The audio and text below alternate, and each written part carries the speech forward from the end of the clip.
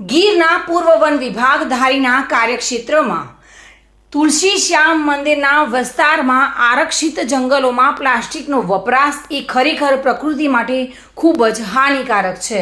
તેમજ જંગલમાં વસતા તૃણાહારી પ્રાણીઓ માટે પણ પ્રાણઘાતક સાબિત થઈ રહ્યું છે. ત્યારે વન વિભાગ દ્વારા એક સુંદર પહેલ કરવામાં આવી છે કે આરક્ષિત જંગલની આજુબાજુના વસતા માલધારીના નેસ તેમજ ગીરના આવેલી પવિત્ર જગ્યાઓ અને જંગલી નજીક વસતી માનવ વસાહત આ દરેક લોકોને વન વિભાગ દ્વારા સમજાવવામાં આવ્યા છે કે જંગલમાં પ્લાસ્ટિકના વપરાશથી પર્યાવરણ તેમજ પ્રકૃતિ અને તૃણાહારી પ્રાણીઓને ભયંકર નુકસાન થઈ રહ્યું છે અને આવનારી પેઢી ઉપર આની ભયંકર અસર પણ પડી શકે છે.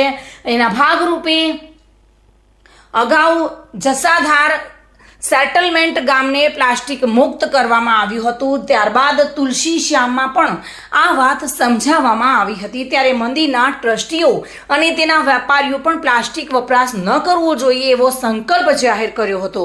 ત્યારે ગીર જંગલની આજુબાજુમાં ક્યાંય પણ પ્લાસ્ટિકનો વપરાશ જોવા મળેલ નથી અને જેના કારણે વન વિભાગની કામગીરી ખરેખર ઉત્તમ પ્રકારની છે તે સાબિત થયું છે.